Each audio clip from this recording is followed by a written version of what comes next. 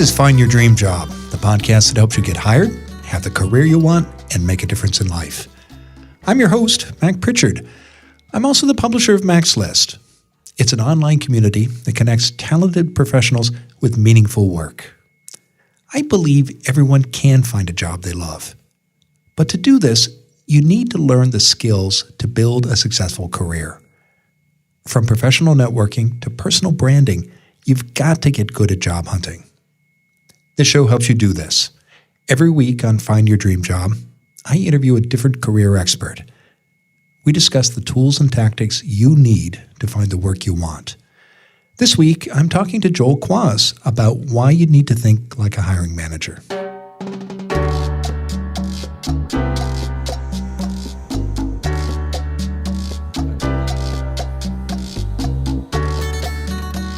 Joel Quass is an expert in job interviews, resumes, and LinkedIn profiles. He's also a manager with more than 35 years of experience. So Joel has hired hundreds of job seekers. Joel says in today's show that most candidates go to an interview with the wrong perspective. These applicants don't think about what an employer needs, and they don't understand the problems a company faces. The most successful applicants, Joel says, do this homework. These candidates find out what keeps a manager up at night, and they show what they can do to help. When you do this kind of preparation, according to Joel, it's like getting the answers to a pop quiz in advance. And the best way to close an interview, says Joel, is to tell the manager stories that make your points. Want to learn more? Listen in now at the Mac's List studio as I interview Joel Quass about why you need to think like a hiring manager.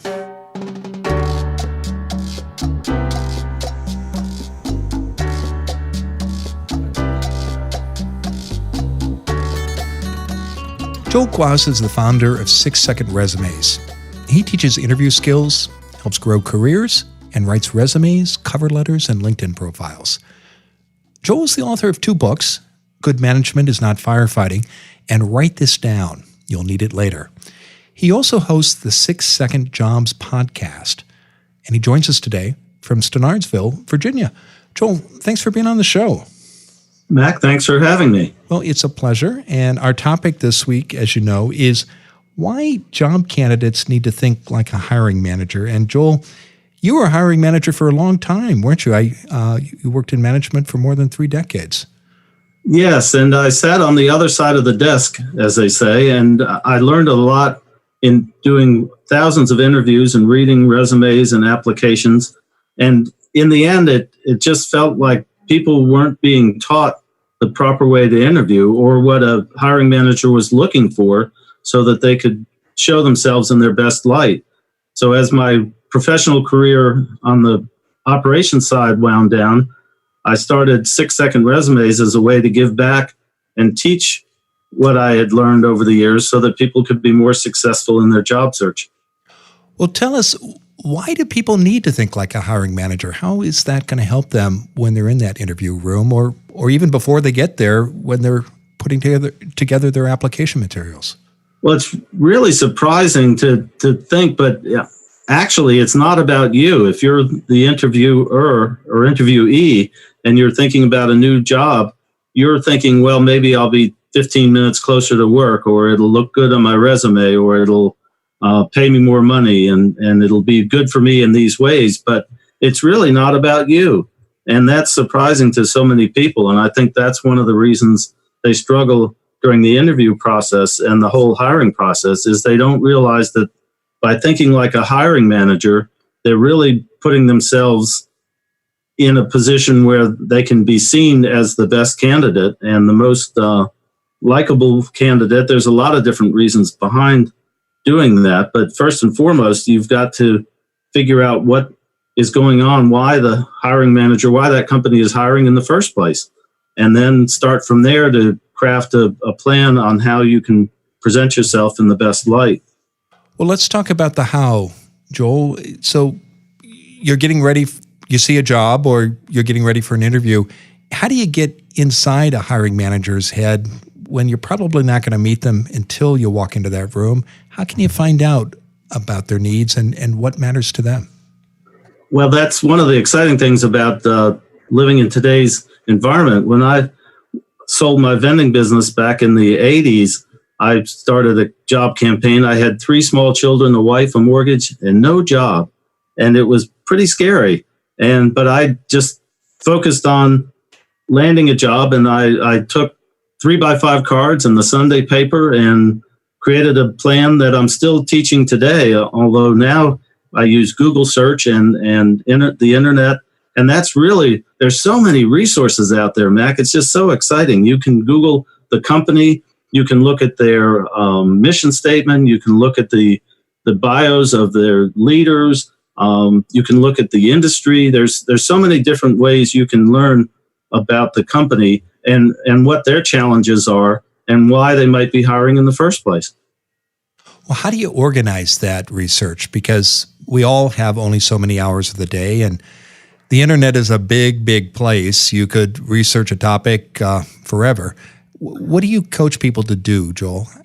Well, my clients, I teach them basically how to explode the job description. And what I mean by that is to dissect it. And generally there's 5 to 8 bullet points, which are the key aspects of the position that they're advertising for. And they want you to be fluent in those different areas. And so you can start with that and look at how they're positioning the job, and then take out of the mission statement, the company directory, all of the different resources you have available. You can kind of craft you can see what they're after, and then you can take your experience and plug that in to each of those different areas. For instance, they're saying you have to have a BA degree minimum, and you might have a master's. And so you meet and actually exceed that particular one. And you just go through and check those off and create your plan to start positioning yourself so that you're seen as the best candidate for that position. And you're making it easier on the hiring manager, because they're going to ask you, do you have this? And you're already showing them that you have that. So you're making a checklist of the experiences and skills you have that match the job posting and also complement what you learn on the company's webpage. But what about the pain points? How do you get inside a manager's head and figure out what's keeping them up at night and what the problems are that they're particularly looking for help with? Because, Joel, as you know, a lot of job postings can be really vague. And that's, you have to kind of go behind the scenes a little bit. One of the great resources these days is LinkedIn too, and you can kind of go around and find out more information. A lot of people have a contact that either they went to school with or some connection, and that's one way to get a kind of an insider information about what's going on within the company. But also really just looking at the industry and where they're going and where they've been, you can get a good idea of what the needs are maybe their sales growth has been phenomenal, and so you can understand why they're hiring salespeople, or maybe their sales are tanking and they're looking to hire marketing specialists so that they can reinvigorate their brand. So there's different ways that, again, it takes a little kind of maneuvering, but the answers are really out there, and it's just digging a little bit below the surface, and you start to uncover all sorts of exciting things about the company that would be useful in understanding why they're hiring and what pain points the hiring manager is going to have. So some of this research is happening online. You're looking at LinkedIn, the company website, the job posting. But I'm picking up, Joel, that some of it involves sending an email to someone, or perhaps even picking up the old-fashioned telephone and calling them and having conversations with people who might know folks inside the company or actually work inside the firm too. In the end, it really is about doing more than just spraying and praying, as they say. You really have to, if you're very interested in a specific company, then you need to invest the time in that and to learn as much as you can. And one way to do that is by networking. And people are uncomfortable with that. And I think that's why they send out so many generic resumes to positions that they might not be qualified for. But when you think about it, you've talked to your aunt, you've made an appointment with a barber, you've ordered flowers, you've dealt with a mortgage company. So you've had conversations, and really these networking type of situations are just conversations between two people, just as the actual interviews are. And it's very important that you use those tools and don't be intimidated by them. I think everybody has their own concerns about certain things, but this is one thing that I'm telling you, you can do it, Mac. Your listeners can do this, and they just have to think of it in terms of it's just a conversation, and they're not asking for a job. They're asking what's going on in the company and how do you like the work you're doing, and how did you get where you are. And just as a side note, on LinkedIn, you can also see how people got to where they are. If you're looking at a certain position, if you research all the people who have that position and you can rank it so that you can see those, you can see what they emphasize in their summaries and how they show themselves. And that's another terrific way to position yourself so the hiring manager will see you as the best candidate for the position. I like your point, Joel, about networking being a conversation. And, I do a lot of writing in my work, and I've gone to a lot of writing classes. And again, something you hear often is when you're sitting down to write an article or some kind of piece of content, you're often coached to think of it as just writing a letter to an aunt or a friend. And it sounds like a cliche, but if you have that mindset, it makes it a lot easier. And I think the quality of your writing improves too, because you're trying to write as if you're talking to a real person. And if you think about networking that way too, it results in a much more authentic conversation, doesn't it? Oh, absolutely.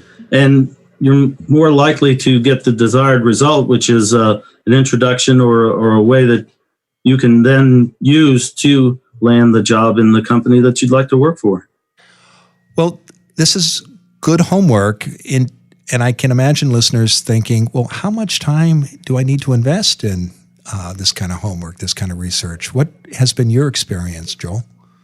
Well, it really depends on the individual, but I would think if you're going after a position that pays, say, even $52,000 a year, every week that you're unemployed, you're losing $1,000. So you could pay yourself to spend 50 hours working on a project and get yourself ahead. If you landed the job at the end of this week instead of the end of next week, you're $1,000 ahead. So I think people get hung up in, well, it's going to take me 2 or 3 hours to do this, but it's what you're really doing is investing in your future. And we spend more time sometimes deciding on the value menu at a particular restaurant rather than whether we're going to apply for a job. The typical job seeker spends about 60 seconds looking at a posting before they decide whether they're going to apply.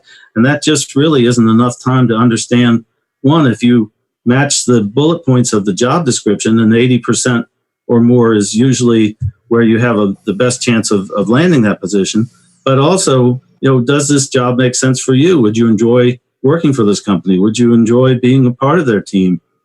Does it make sense for you? So you'd have to think about it, because in the end, you could be working there for 27 and a half years. And you want to make sure that it's a good fit for you as well.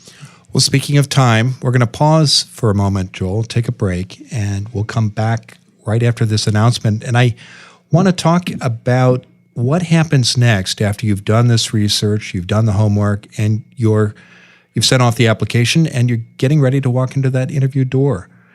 So stay with us, and we'll be back after this announcement. Employers hire people to solve problems. That's why interviewers ask what are called behavioral questions. Even if you don't know the term, you'll recognize the form. It's a question that often starts with the phrase, "Tell me about a time." Behavioral questions share a common focus too. Interviewers want to know how you fix problems. So they ask these questions to learn how you overcame a challenge or what you did in a difficult situation. A manager might say, for example, describe a time when you messed up. What did you do? If you're not prepared, a question like this can unsettle you and turn a good interview into a bad one. It can also lead to the loss of a job offer. But it can be an easy question to answer too. You just need the right strategy. That's why I created my new guide, 100 Behavioral Interview Questions You Need to Know. And you can get your copy today. Go to maxlist.org/questions. In this free resource, I give you a 4-step process for answering these gotcha questions. I also show you why employers ask these questions, and I give you my best tips for what you need to say. Get your copy today of 100 Behavioral Interview Questions You Need to Know. Visit maxlist.org/questions.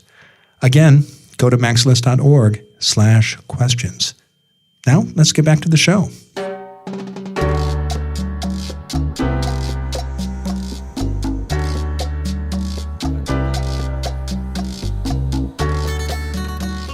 We're back in the Max List studio, and I'm talking with Joel Quass. He's the founder of 6-Second Resumes. He's also an expert in management and career growth. And Joel joins us today from Standardsville, Virginia. Now, Joel, before the break, we were talking about why you need to think like a hiring manager, and you made some important points about the value of doing research, figuring out the problems a hiring manager has, and putting together the information that's going to show that you can help solve those managers' problems. So you've done all that, and you've gotten an interview. What happens next, Joel?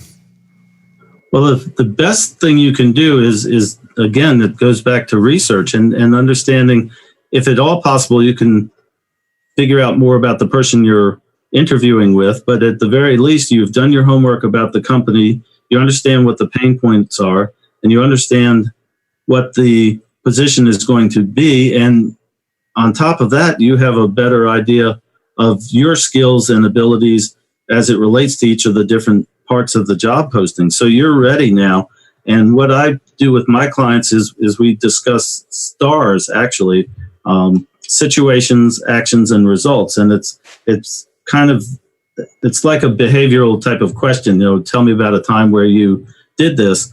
But we go to the extent of looking at each of the different job bullet points and pulling out as I said earlier, exploding the job posting and pulling out everything that relates to that. And then now, what success stories do I have that I can tell this hiring manager that relate to that, so that they'll remember me over everybody else? Because in the end, it really, there might be 3 or 4 of us that have the exact same qualifications. In the end, the hiring manager is going to pick the one that they can feel comfortable their team working with, or that they can feel proud of.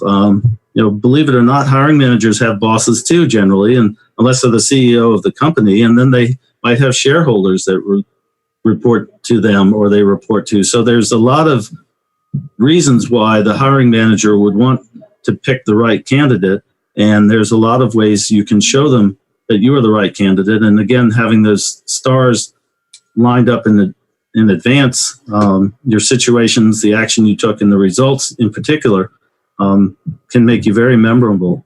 Okay. Well, let's talk about that. So you're getting ready for the interview. You've got these key points that you've identified in the job posting. When you're working with someone one-on-one and they're looking at those bullets, how do you help them construct a story about a particular point? Take us through that, Joel. What does that look like? Well, let's think about customer service, because there are many, almost every position has some aspect of interaction with vendors or customers. And so to go in the interview and they ask you about your customer service skills, and you could say, well, I'm a people person. And that may be true, but my dog, Ricky, she's a people person, but I wouldn't hire her to run a customer service hotline. But on the reverse of that, I was a store manager in Hopewell, Virginia. It was Christmas Eve, and it was about 8:30 at night, and the phone rings. We'd closed at 5 o'clock, and there's a man on the phone screaming at me because the battery for this ride-on tractor that he had bought for his son for Christmas, the battery was missing. And what was I going to do about it? And so I said, well, I'll meet you at the store. And then I called my assistant manager, and he met me there just in case it was a setup, and it wasn't. And we found another battery, and the fellow took it home. And a couple of days later, he came in and thanked me so much for saving Christmas for his 7-year-old son. So in the end, if you're the hiring manager and you have two candidates in front of you, and one of them is a people person and the other is the Christmas Eve manager, who would you pick? I mean, it seems pretty obvious to me that you would want to go with somebody who goes above and beyond. And then you could take that to your boss or to your team and say, hey, I've got this person who did this and this. I can picture them doing these same types of things for us in our organization. And I love that story because, like any good story, it's going to stick with me and anyone who's listening to this show. How do you help the people you work with, Joel, find those stories and tell them effectively? It really is just jogging their memory. Sometimes I do a lot of national career fair events where people bring their resumes to me, and we talk for a few minutes, and I help them see different ways they can position things so that they show better value quicker on the resume.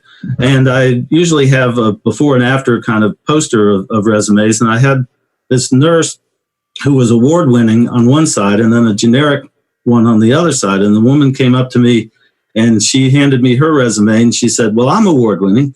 And I said, well, great, show me. And she had her own resume, and it took her almost 4 minutes, Mac, to find at the bottom of the second page where she was award-winning. She had the award.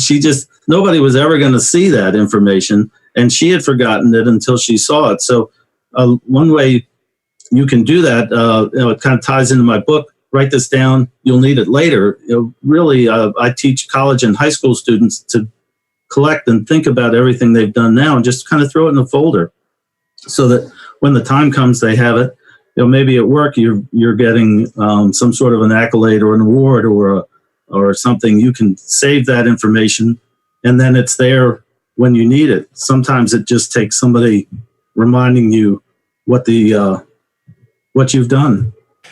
Another thing that is so effective about stories is, and you've touched on this, is they let you show people what you've done or what you can do rather than just relying on telling them, don't they, Joel?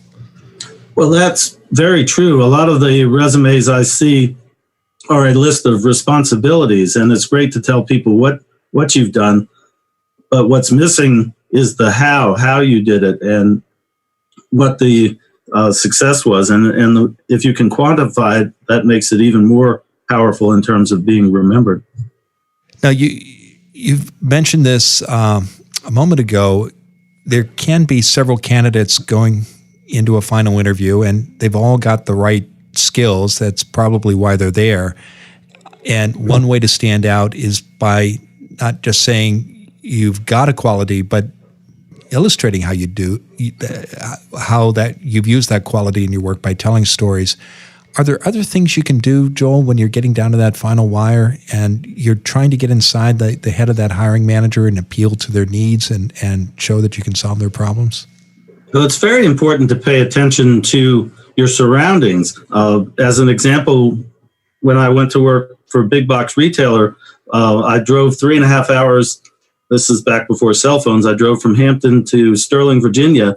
And as I walked into the office of the person I was interviewing for or with, there's this huge sailboat on the wall behind me, a picture of a sailboat. And I had actually lived on a sailboat when I first got out of school and managed a gas station for a year before going on to college. I don't even know if we talked about management. We talked about sailing and we talked about all sorts of things.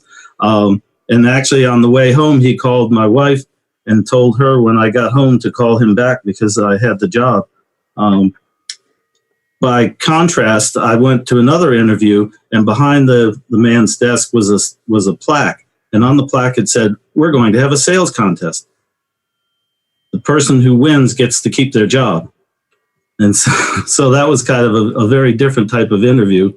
And again, it really, so making that connection and using what you see in your surroundings a lot of times makes them feel that you can be a part of that because in the end, they're looking for the proper fit.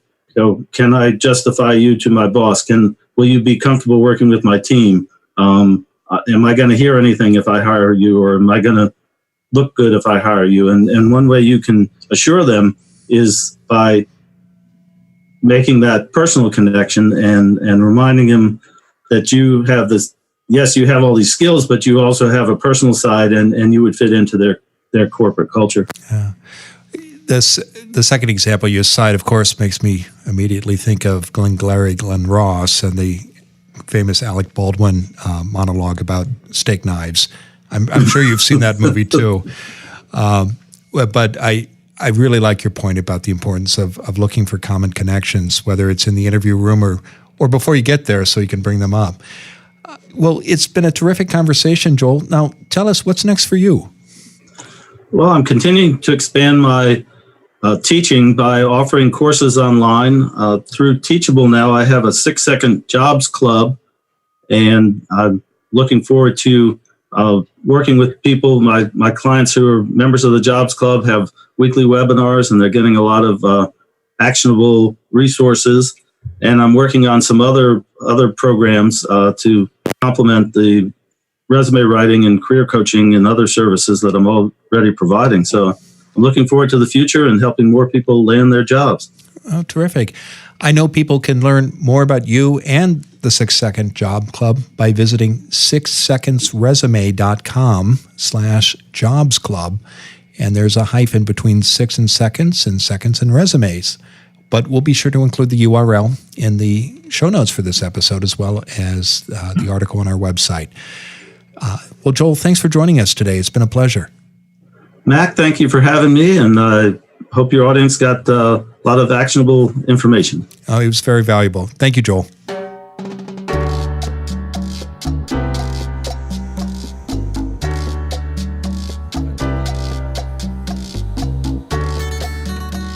I appreciated Joel's perspective as a hiring manager. He was somebody who sat across the desk for more than 3 decades talking to different candidates, and I think the insights he had into interviews were just so valuable. And his point about thinking about the needs of a hiring manager is one we've brought up again and again on this show, but it's I think it always bears repeating. Think about that mindset of the interviewer before you go into your next interview. And here's another way you can get ready. Don't let yourself be surprised by tough behavioral interview questions. We've got a resource that can help. It's called 100 Behavioral Interview Questions You Need to Know. And you can get it today. Go to maxlist.org/questions. Again, the URL is maxlist.org/questions. Well, thank you for listening to today's episode of Find Your Dream Job. And join us next week. Our guest will be Lakeisha Tomlin. She'll explain how to turn down a job offer. Until next time, thanks for letting us help you find your dream job.